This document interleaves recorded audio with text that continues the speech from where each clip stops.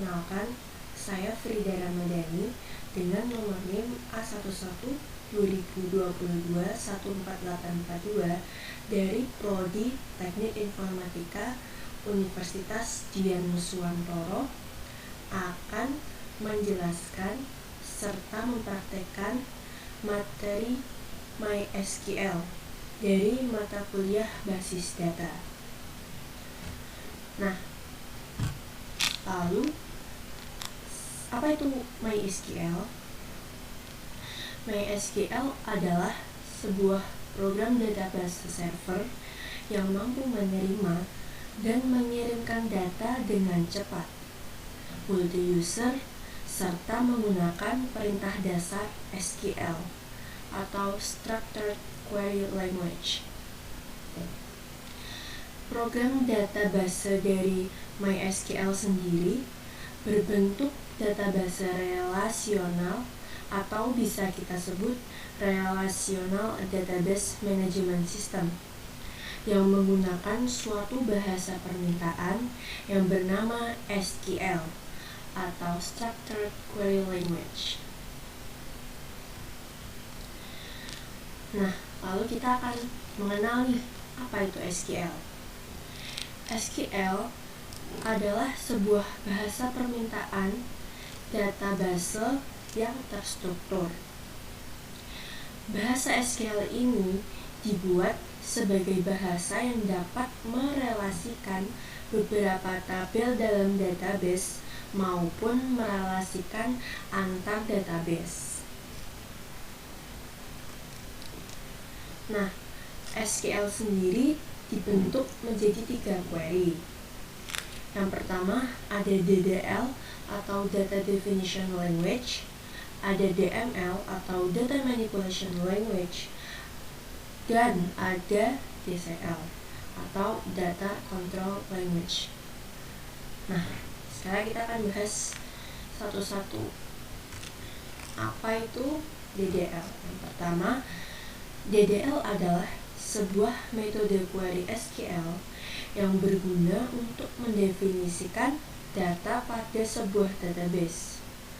Jadi kalau DDL itu fungsinya untuk mendefinisikan data. Query yang dimiliki DDL sendiri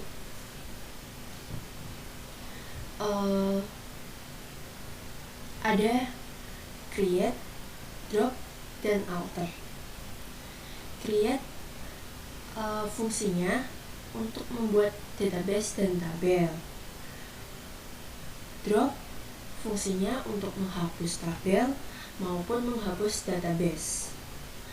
Lalu alter fungsinya untuk melakukan perubahan struktur tabel yang telah kita buat sebelumnya, baik menambah field yang menggunakan rumus add, lalu mengganti nama field yang menggunakan rumus change, ataupun menamakannya kembali yang menggunakan rename, maupun menghapus field menggunakan drop. Lalu selanjutnya ada DML. DML adalah sebuah metode query yang dapat digunakan apabila DDL telah terjadi, sehingga fungsi dari query DML ini untuk melakukan pemanipulasian database yang telah dibuat. Jadi sebelum DML ini kita harus membuat DDL terlebih dahulu, karena di sini tertera apabila DDL telah terjadi. Lalu query apa yang dimiliki DML sendiri? Ada 3, yaitu insert yang fungsinya untuk memasukkan data pada tabel database, dan update untuk pengubahan terhadap data yang ada pada tabel database. Lalu ada delete untuk penghapusan data pada tabel database. Lalu yang ketiga ada DCL. DCL adalah sebuah metode query SQL yang digunakan untuk memberikan hak otorisasi mengakses database, mengalokasikan space, pendefinisian space, dan pengauditan penggunaan database. Query yang dimiliki DCL sendiri ada grant yang berfungsi untuk mengizinkan user mengakses tabel dalam database yang kita buat. Revoke yang berfungsi untuk membatalkan izin hak user yang ditetapkan oleh perintah grant. Lalu ada commit yang berfungsi untuk menetapkan penyimpanan database. Lalu ada juga rollback yang berfungsi untuk membatalkan penyimpanan database.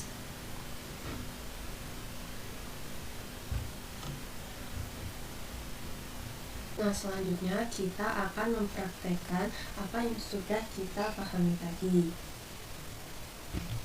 Yang pertama kali kita harus lakukan yaitu kita harus memastikan bahwa modul Avast dan MySQL di SAM Control Panel itu dalam mode Start. Berikut tampilan ketika mode Avast dan modul MySQL udah Start. Selanjutnya kita masuk ke dalam command prompt.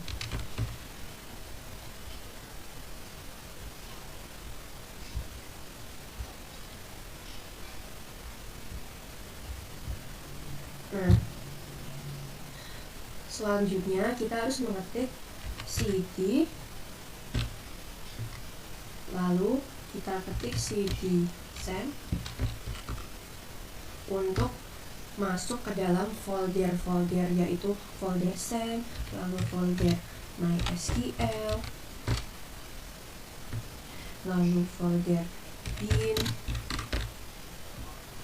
Lalu setelah itu kita harus ketik MySQL menu root. Nah, jika sudah tertera tulisan Welcome to the MariaDB Monitor, itu tandanya kita sudah bisa membuat database maupun mengolah database. Nah, selanjutnya bagaimana sih cara membuat database? Cara membuat database yaitu kita harus mengetik perintah create.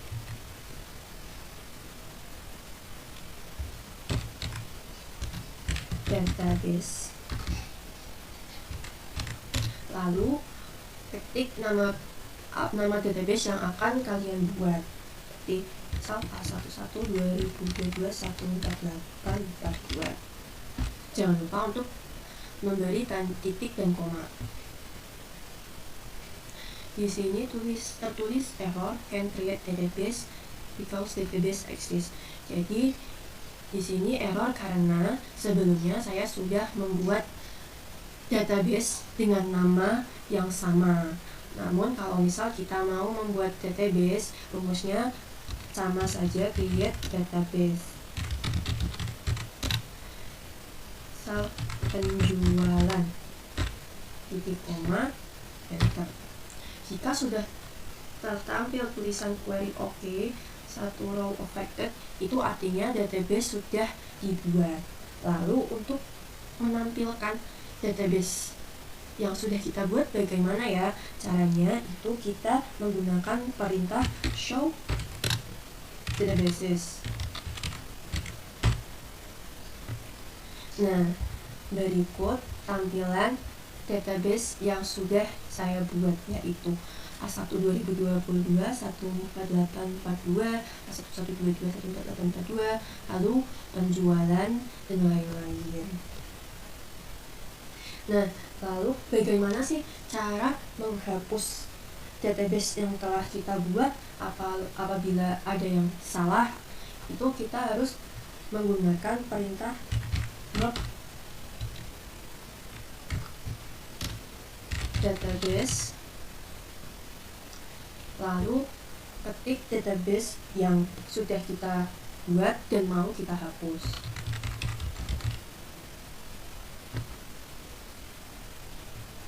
Nah, berikut berarti database penjualan sudah dihapus.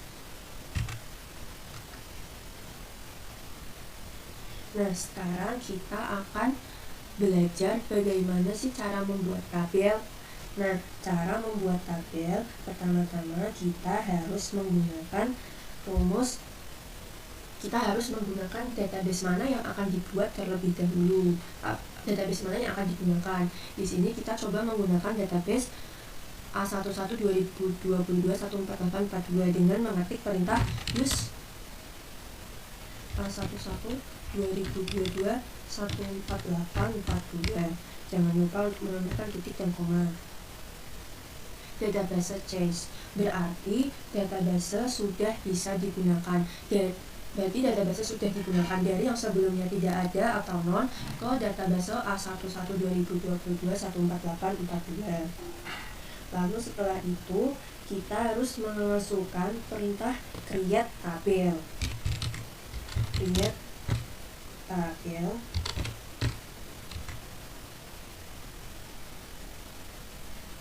Terus memasukkan nama tabel yang akan digunakan. Kita tuh mau memberi nama apa? Misal kita akan memberi nama tabel tersebut tabel barang. Lalu di situ kita kasih kurung, kita klik strukturnya, kode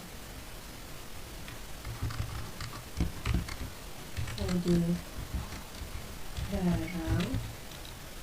Lalu kita mengisi tipe data yang dibutuhkan.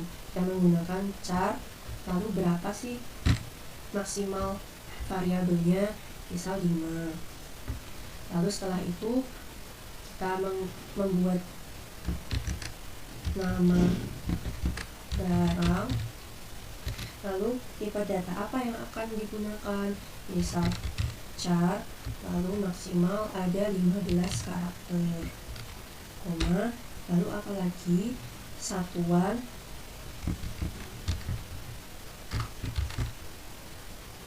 lalu tipe data apa lagi, tipe data apa yang akan digunakan, misal 7.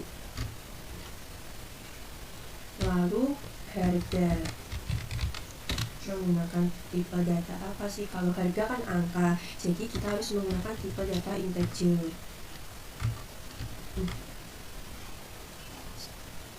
15. Setelah itu jangan lupa untuk kurung dan titik dan koma. Lalu ketik enter. Query oke, itu berarti tabel barang sudah dibuat.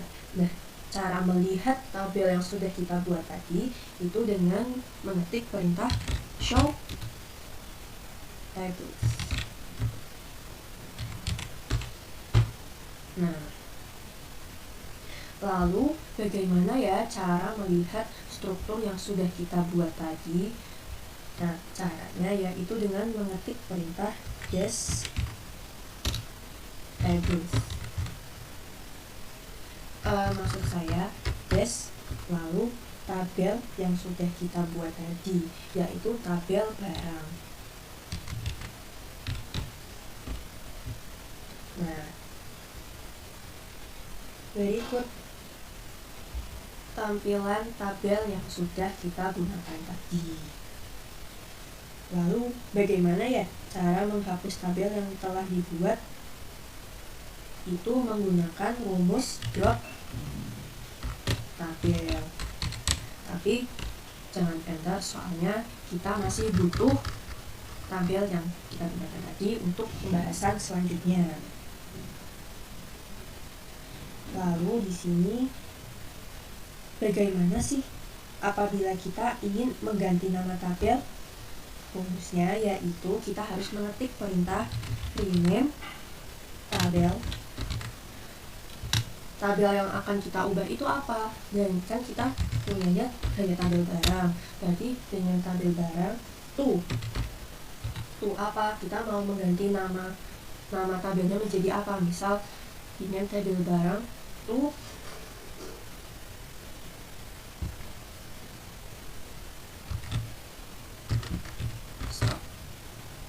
jangan lupa titik koma. Nah, berarti nama tabel sudah diganti maupun sudah diedit.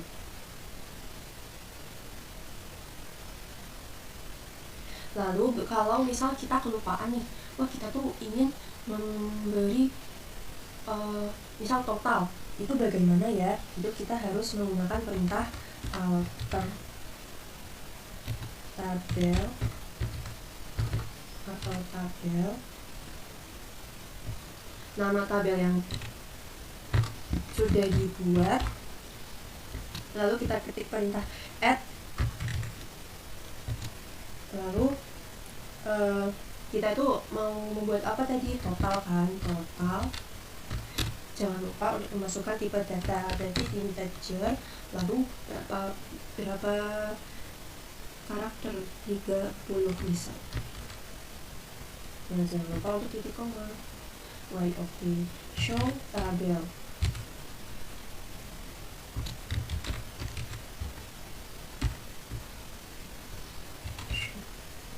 Yes. Stop. Nah, di sini field total sudah ditambahkan. Lalu bagaimana cara menghapusnya apabila kita tidak butuh field total tersebut? Itu dengan perintah alter tabel, lalu nama tabel, lalu ketik drop untuk menghapus, lalu nama filenya tadi, fieldnya tadi total. Nah, next.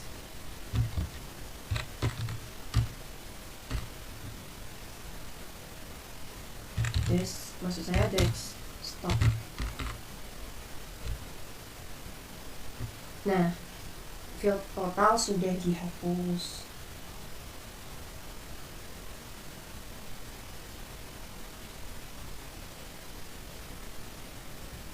Lalu untuk bagaimana sih cara untuk memasukkan data pada tabel?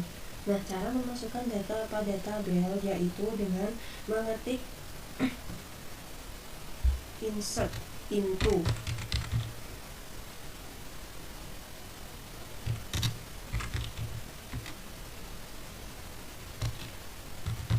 Nama tabel yang digunakan, lalu values dalam kurung titik 001 misal, titik, lalu koma, lalu barang apa, nama barangnya. Kalau kita membuat buku, lalu satuannya berapa PCS,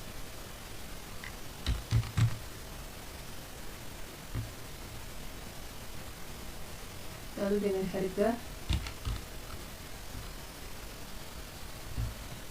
Ini jangan lupa untuk memberi koma supaya tidak error.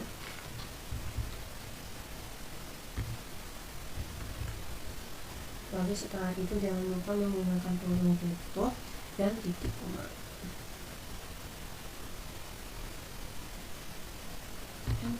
Nah, lalu kita ketik select from stock. Untuk menunjukkan datanya menggunakan sintaks select itu kita harus mengetik select kali select from stock. Nah, berarti nanti tampilannya akan seperti ini. Berarti kita itu sudah memasukkan data ke dalam program yang kita buat. Lalu bagaimana sih cara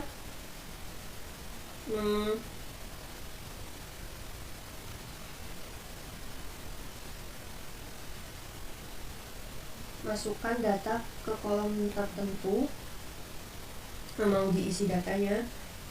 Nah,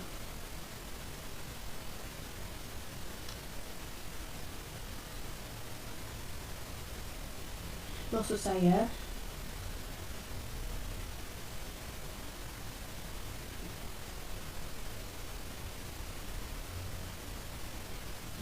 bagaimana? Nah, sekarang kita lanjut bagaimana sih cara apabila kita ingin menghapus data tadi. Kita harus mengetik delete from nama tabel yang kita punya, lalu where, lalu kondisinya. Tapi kita jangan menghapus karena kita masih tahu. Lalu untuk